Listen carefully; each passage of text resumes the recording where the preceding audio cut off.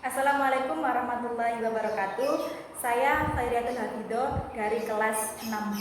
Di sini saya akan mempresentasikan hasil penelitian proposal saya yang berjudul meningkatkan keterampilan menulis tegak bersambung melalui model pembelajaran PAIKEM berbasis motorik halus pada kelas 2 MI Nurul Hidayah Rancang Kencono Lamongan.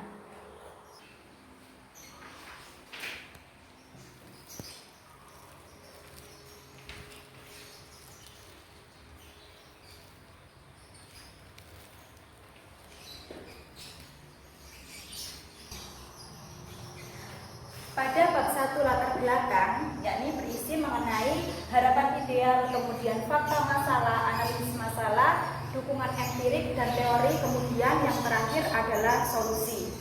Lalu untuk harapan ideal, sejatinya seorang siswa harus menguasai 4 kemampuan. Kemampuan yang pertama adalah kemampuan menyimak, kemudian kemampuan berbicara, kemampuan membaca, dan yang terakhir adalah kemampuan menulis. Nah, pada kelas rendah antara kelas 1 sampai dengan kelas 3 pada materi menulis itu siswa masih diajarkan menulis pada tahap dasar dan pada tahap sederhana. Namun saat di kelas rendah menulis pada siswa itu sudah mencapai ranah deskripsi, menulis argumentasi, narasi, dan lain sebagainya. Kemudian kemampuan menulis ini sangat baik dan sangat cocok diajarkan pada saat siswa kelas rendah. Kenapa sih? Karena pada saat siswa duduk di kelas rendah itu kemampuan berpikirnya sedang sangat-sangat berkembang, berkembang-kembangnya. Mereka sangat aktif, mereka sangat menyukai sesuatu yang berbau konkret. Oleh karena itu, kemampuan atau keterampilan menulis ini sangat baik diajarkan saat siswa duduk di kelas rendah.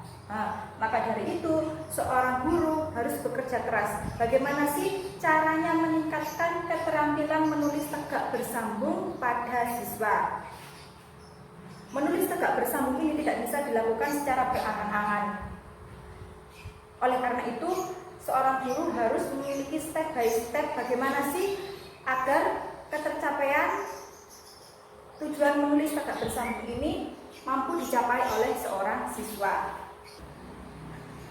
Menulis tegak bersambung menggunakan pensil ini mampu mengkoordinasikan seluruh sensorik motorik pada siswa antara tangan, kemudian alat tulis yang digunakan siswa untuk menulis, dan hasil tulisan yang dihasilkan oleh siswa sehingga otak siswa menjadi seimbang. Itulah kegunaan motorik halus pada siswa. Oleh karena itu di sini saya memanfaatkan motorik halus pada siswa kelas rendah yang saat ini sedang dalam masa berkembang seperti itu.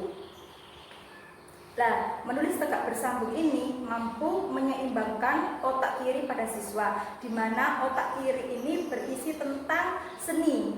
Oleh karena itu, jika otak kiri seorang siswa terlatih, maka insya Allah itu hasil tulisan siswa tegak bersambung akan rapi, indah, dan baik seperti itu. Lalu fakta masalah. Dari hasil observasi yang saya lakukan di MI Nurul Hidayah kelas 2 pada saat proses pembelajaran bahasa Indonesia tanggal 2 Maret, di situ saya menemukan bahwa guru kelas 2 masih melakukan pembelajaran secara konvensional, di mana tidak menerapkan pendekatan, model pembelajaran, strategi, dan lain-lain.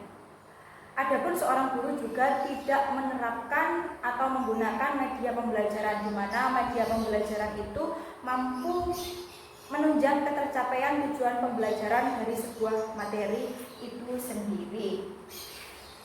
Padahal saat kelas rendah tadi saya sebutkan bahwasanya pada saat kelas rendah motorik siswa atau kemampuan berpikir siswa itu sedang berkembang. Padahal sebagai seorang guru harus mampu membantu siswa dalam meningkatkan keterampilannya mengenai materi tentang menulis tegak bersambung. Lalu analisis masalah, keterampilan menulis tegak bersambung kurang maksimal. Ya, jadi saat saya melakukan observasi, saya melihat bahwasanya 16 dari seluruh jumlah siswa, 13 siswa mengatakan bahwa materi tentang menulis tegak bersambung di sini kurang menyenangkan.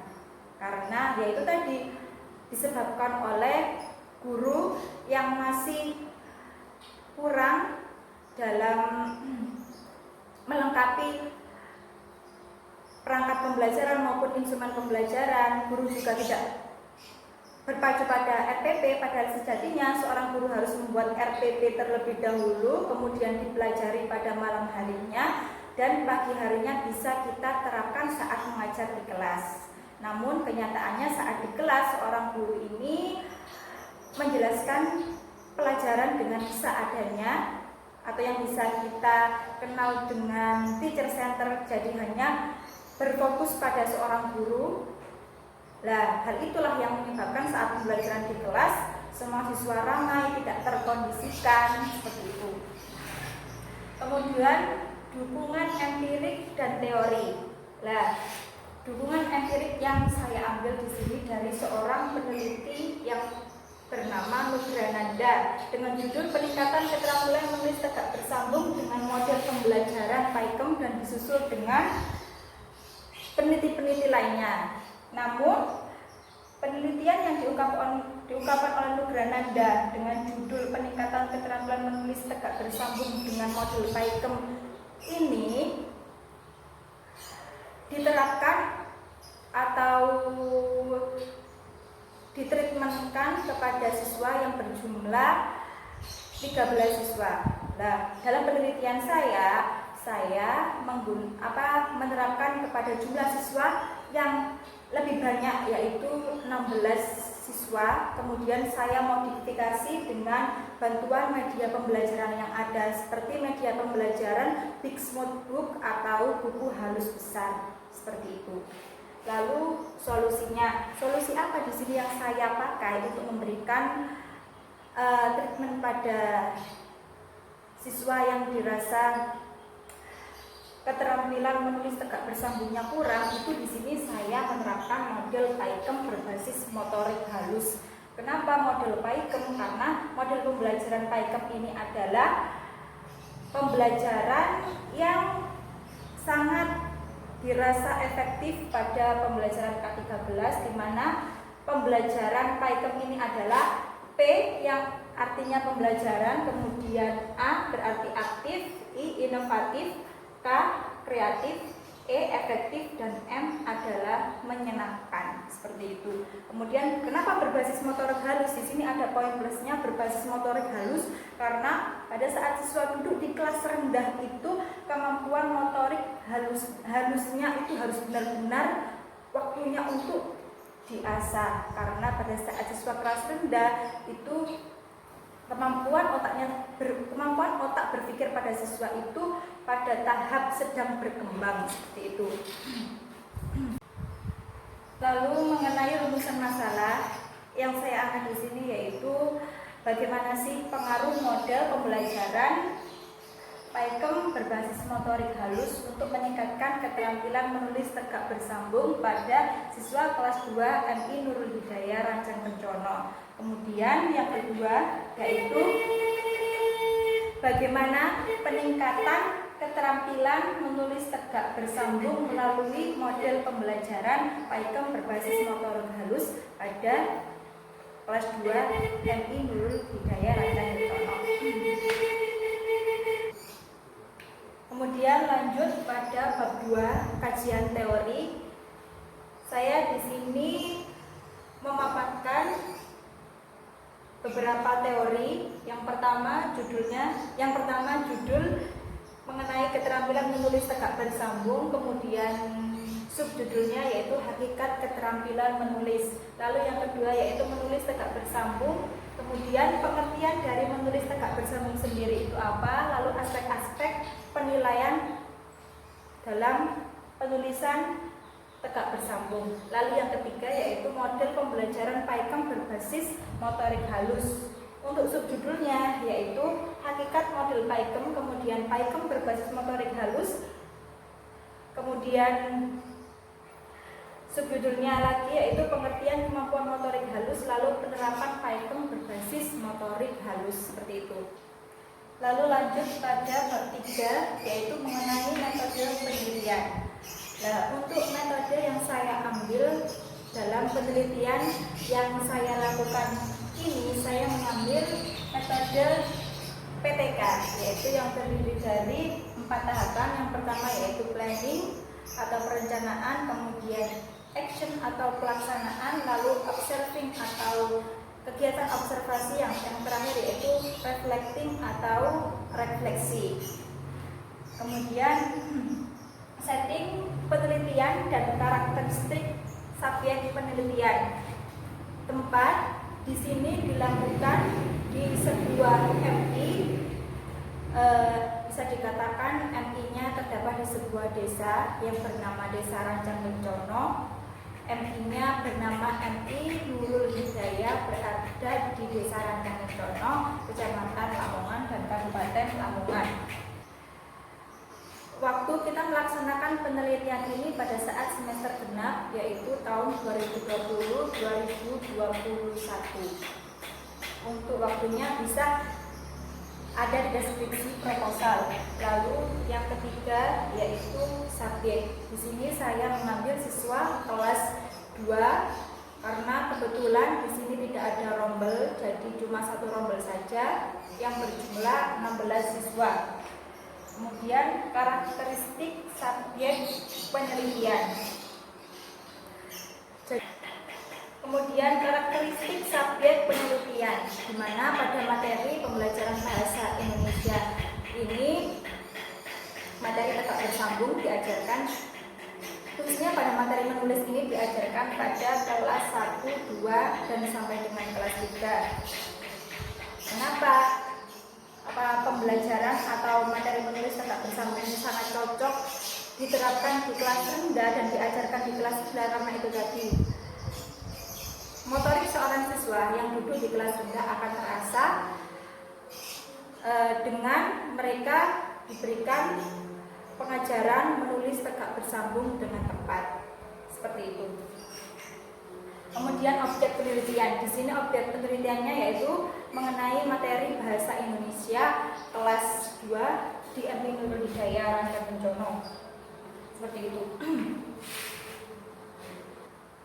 Lalu selanjutnya yaitu variabel yang diteliti. Variabel input di sini yaitu siswa kelas 2 MI Nurul Hidayah Rancang Kencono Lamongan. Kemudian variabel output yaitu peningkatan keterampilan menulis tegak bersambung. Untuk variabel prosesnya yaitu model pembelajaran PAIKEM berbasis motorik halus.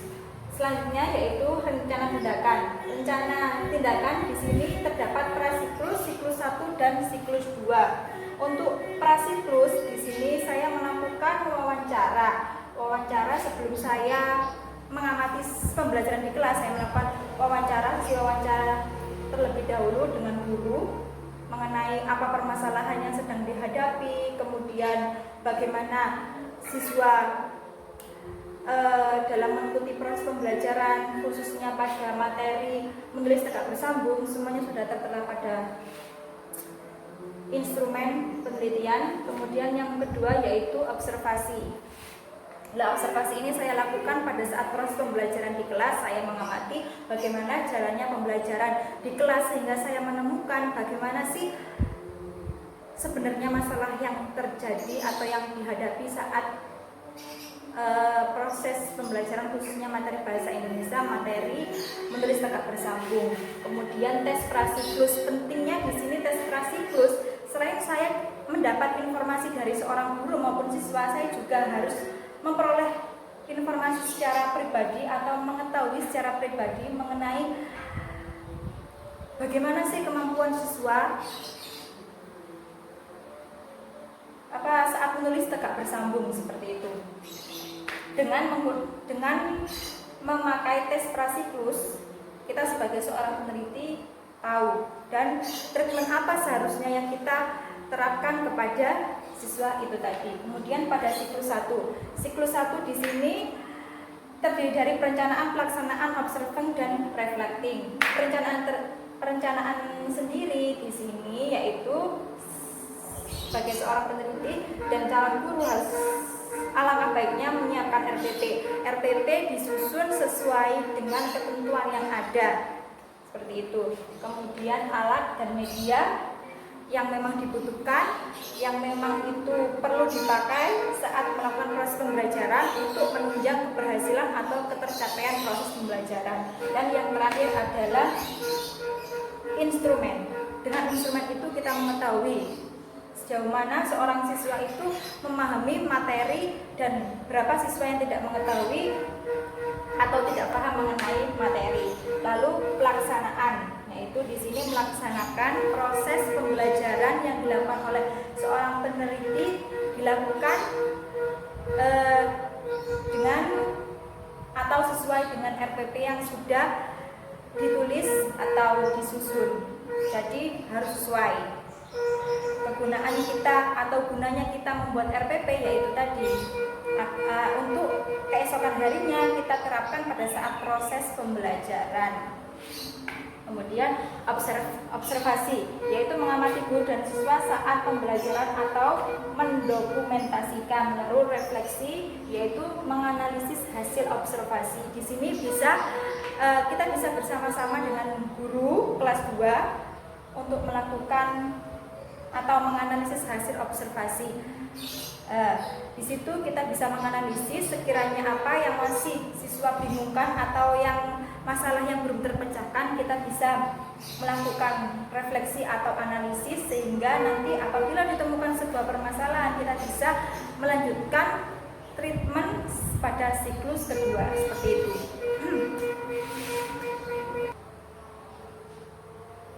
Kemudian dilanjut dengan data dan cara pengumpulannya. Di sini terdapat kualitatif maupun kuantitatif, di mana kualitatif di sini yaitu berupa data, deskripsi data atau uraian data yang tidak termasuk angka. Jadi mengenai lembar observasi maupun instrumen pembelajaran seperti RPP di situ masuk dalam data kualitatif. Kemudian untuk kuantitatif di sini sudah jelas bahwasannya kuantitatif berupa angka, yaitu diambil dari jumlah siswa kelas 2 MI Nurul Hidayah, kemudian skor hasil dari proses pembelajaran yang dilakukan. Lalu sumber datanya sendiri yaitu diambil dari siswa kelas 2 MI Nurul Hidayah Rancang Kencono Lamongan. Lalu instrumen yang digunakan di sini saya menggunakan instrumen berupa tes, kemudian lembar observasi yang sudah tertuang dalam proposal, kemudian dokumentasi, yaitu tidak lupa dilakukan sebuah dokumentasi sebagai bukti. Lalu indikator kinerja. Indikator kinerja di sini yaitu dapat meningkatkan persentase ketuntasan belajar sekurang-kurangnya 80% dari jumlah siswa. Dikatakan bahwa sebuah penelitian itu berhasil. Kemudian ketuntasan memiliki nilai 80 dari 80% jumlah siswa yang ada. Lalu yang terakhir yaitu tim peneliti dan tugasnya. Di sini tim peneliti yaitu guru kelas 2 Ibu Nurhayati SPD yang bertindak selaku sebagai pembimbing seorang peneliti saat melakukan proses pembelajaran, kemudian bertindak sebagai seorang pengamat dalam proses pembelajaran yang dilakukan oleh seorang peneliti. Lalu yang kedua yaitu peneliti saya sendiri yang bertugas bertanggung jawab dalam proses pembelajaran di kelas, kemudian menyusun RPP, dan yang terakhir bertanggung jawab melaksanakan proses pembelajaran sesuai yang ditulis di RPP, seperti itu. Terima kasih, sekian pemaparan dari proposal penelitian yang saya lakukan dari judul meningkatkan keterampilan menulis tegak bersambung melalui model pembelajaran PAIKEM berbasis motorik halus pada siswa kelas 2 BMI Nurul Hidayah Rancang Kencono. Apabila ada salah kata, mohon maaf yang sebesar-besarnya. Wassalamualaikum warahmatullahi wabarakatuh.